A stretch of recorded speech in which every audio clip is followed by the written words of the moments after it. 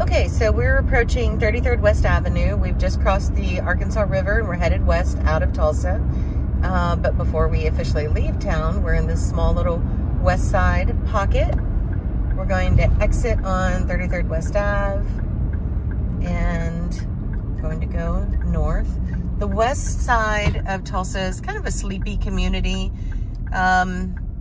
We've got a lot of blue collar and older retirees that live in this area. Not a ton of new business or growth in this part of town. The houses were built in the 40s and 50s and just kind of a sleepy area. Not a lot of crime or anything like that. It's just kind of a sleepy area. So we are going to take a right on 47th Street.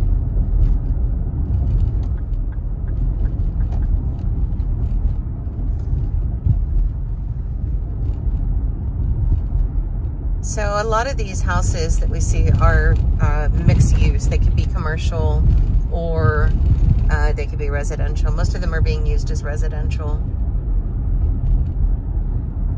There's we call it the triangle. So what you're looking at off in the distance there is Interstate 244, and we just exited on I-44. And then if you keep going east, several more blocks, you'll get to Highway 75. So the three of those interstates form this little triangle, which what we usually refer to as a West Side Triangle.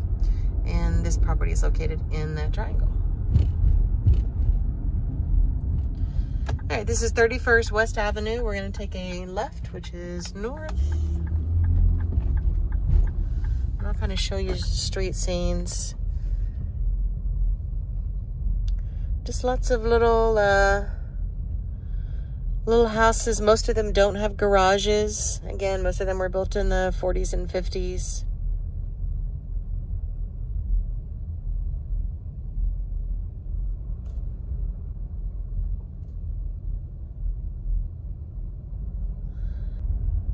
Looking for 4530.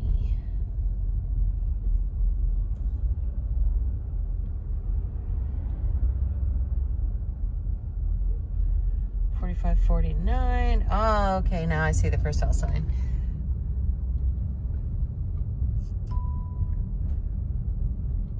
So this would be it here on the corner lot. It's cute. It's got really good curb appeal. A little bit concerned about the proximity to Interstate 244. That's it just there in the distance. I'm a little bit worried about traffic noise. We'll see when we get out. Okay, here we are at 4530 South 31st West Avenue. So we'll do a quick 360-degree tour. There's no HOA or anything like that over here. But having said that, all of the houses are in good shape. I'm not seeing any broken down vehicles or anything like that. I'll have to pull the disclosure. That roof looks fairly new. That roof looks fairly new. There's no gutters. Gutters would be nice, especially with the high clay content that we have in our soil here, which leads to some structural issues. So gutters would be a nice addition. It's a vinyl siding. Windows look to be, there's storm windows that are aluminum, and then there's vinyl windows behind that. So that's nice that they've done some updates to get new vinyl windows. These bushes definitely need to be trimmed back from the house. Now this is an as-is sale, so that's something that you would be inheriting the responsibility to do. You want to do that just to, you don't want the branches damaging your siding, and also to keep wood-destroying organisms away. So far, so good. Let's go inside. Okay, we've got some ceramic tile here in the entryway, and we walk directly into the living room, which is pretty typical of this era of home. The rest of the flooring is carpet, and it's pretty worn. I've got a hole here. It's definitely worn. So I mentioned that we have a high clay content in our soil, and we also have varying temperatures. We can go from, well, just this week alone, we can go from 15 degrees in the morning to the 50s and even 60s in the afternoon. So what that does is it causes our houses to settle. And when they do start to settle, you'll start to see anywhere where there's a weak spot, which is usually your doorways and over your windows, you'll start to see cracks in the drywall. So that's exactly what all of these are. Someone has come in and started to do a little drywall repair, and they just haven't finished. But this is a pretty easy fix. We have a fireplace here. Looks like it has a blower motor on it, which is nice, and looks like it is wood burning. It might even have a gas start. Nope, no gas start on that one. So I would say this room is probably maybe 20 feet long and maybe 17 feet wide at the widest. You've got a big window here overlooking the front, and it's just a plexiglass. It is broken, so you'd want to replace that. So you've got a big bay window and then 2 side opening windows. Ductwork with some rust. Ceiling fan doesn't have a bulb. It's really cold in here, so we probably don't have, thermostat's not on. We may not have utilities on at all. Yeah, we do have utilities on. They just don't have the heat on. Kitchen here. So they've taken the cabinet fronts off, probably to dress it up a bit. Looks like they've already sanded them down. They just haven't put them back together. You have an older dishwasher and stainless steel sink. So this is one of the original aluminum windows.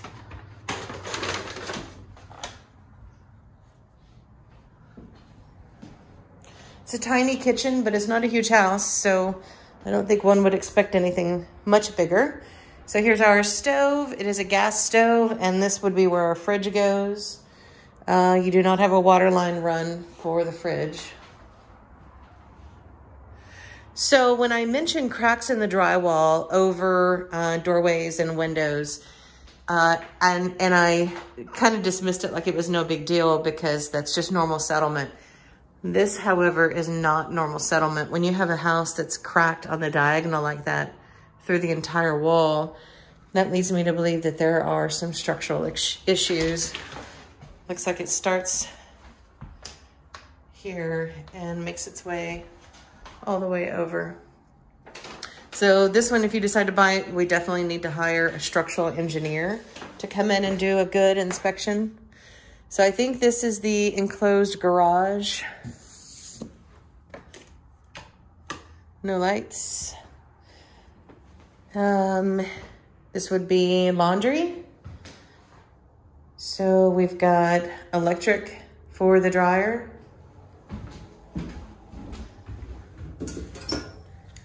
The panel looks good. So the electrical's been updated at some point. And again, lots of cracking. Actually, all of this damage is probably moisture. It's not soft, so it's not current. I think I mentioned that roof looks really new. More damage there. I bet you this is all old damage from the old roof. I'll see if I can find out when the roof was replaced. And then this circles right back to the living room.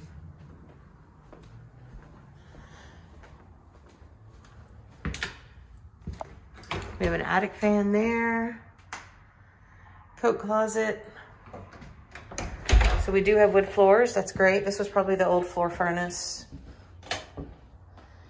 Bathroom has linoleum flooring that's in poor condition. The walls are painted too dark. It needs to be painted lighter because it feels a little claustrophobic in here with this dark brown paint.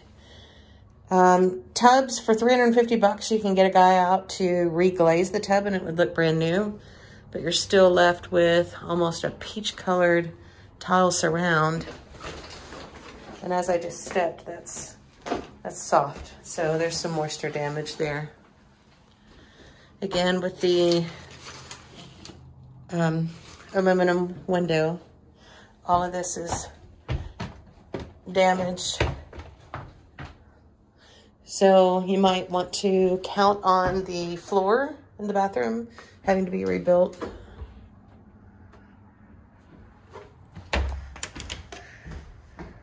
More cracks, but again, that's over a weak spot. This might be a New York style bedroom. I don't think I've ever seen a bedroom this small. This is tiny.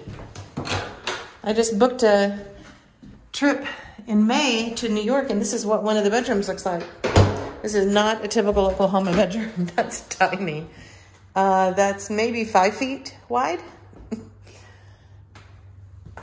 This is more like an Oklahoma style bedroom. So there's a really heavy texture on the wall, which was kind of reminiscent of the 40s and 50s. And again, this part of town and this era of home. These little plugs are gas, back when they had gas stoves in the bedrooms. So older window here. I guess the AC maybe does not work because they're using a window unit.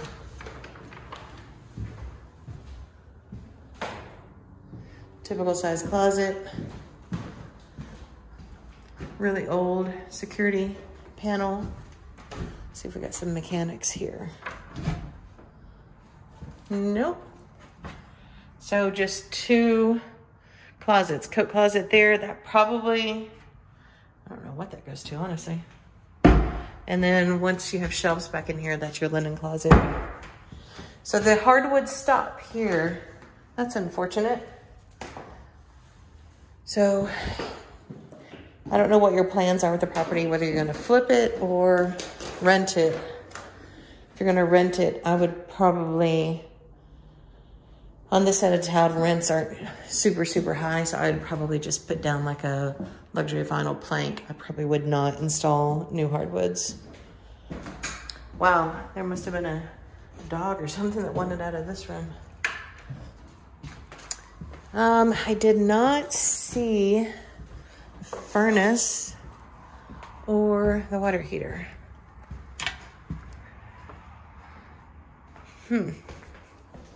Let's keep looking. And we'll also hear how loud the traffic is back here. So that is the highway right there. So we're approaching, what, 4 p.m. on a Tuesday. That's probably typical traffic right there. Maybe at 5 o'clock it'll pick up a little bit. It's not super loud. There was a big truck that just passed, but it still wasn't super loud. The yard is long and narrow. Again, if it's going to be a rental, no big deal. Renters don't usually care too much about the yards. The bigger the yard, the more they have to maintain. Here's our AC unit. Some of the siding has fallen off here, and you probably need a better cover for your crawl space opening. This is a super, super old air conditioner. See if we can find a date on this bad boy.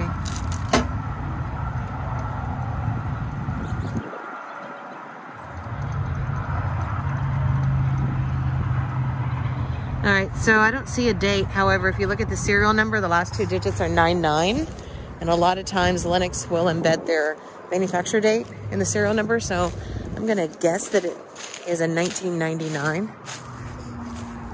We've got a privacy fence all the way around, and it's an extra high privacy fence. Try to find a place that doesn't have bushes. So I'm 5'5", and this goes to my forehead. So that's a 5 foot high fence. siding that's come off. Stem wall doesn't look bad, especially when I look back here where I saw the cracks in the kitchen. I think we've got a partial basement in this house. Let's see if I can find the location of that when I get inside. I'm not seeing anything out here to justify those big cracks. When I was in the laundry room earlier, it kind of felt like an add-on. Maybe that's what it was. Maybe they tied into the roof line here and it's put too much pressure on it and this is sunk. That's my 30 years of selling houses experience, but I am not a structural engineer. So you will definitely want to have one come out and take a look. Structural engineers cost about $500. General home inspection cost about $350. And that's roof to crawl space and everything in between. And then because we have issues with wood destroying organisms like termites and carpenter ants and wood beetles, it's a good idea, a little damage here, it's a good idea to also have a wood destroying organism inspection, which is about $100. Now you don't have to do any inspections at all. If you're financing it, of course your bank will send an appraiser out, but it's a good idea to do an inspection just to see what you're dealing with. And that's really my best guess, is that they added on and this was the this is a result of the add-on. I wish we could find furnace and water heater, because if the AC is a 1999, then I'm gonna guess the furnace is as well. I don't know, maybe they're up in the attic.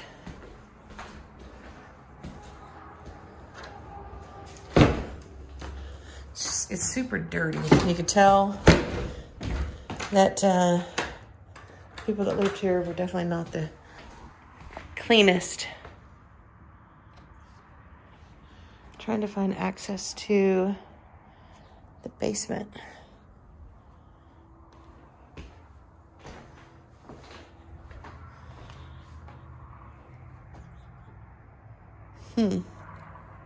I know this has a partial basement. And it may be, yeah, it's right here. I don't know if you can see the outline. So underneath the carpet is a big door that lifts up or slides out. And that's how you access the basement. And that's, I'm sure, where the furnace and the water heater are. So in the meantime, I'll ask the agent that has it listed to get us dates on those. And if you decided you wanted it and we made an offer, and if they accepted the offer, then the next step would be for them to open that up and allow us and your inspectors to go down and check everything out really good. One more thing before I go. So this was the room that was the garage at one time, and they converted it into that third bedroom. So it does have a door, but I didn't see a door on the inside, so I think there's just drywall on the other side of it. I think it's just closed up. And again, the roof looks remarkably good. I think it's a newer roof. Siding overall is in good shape. It's just those few spots that I mentioned. It's a cute house. It's not bad at all.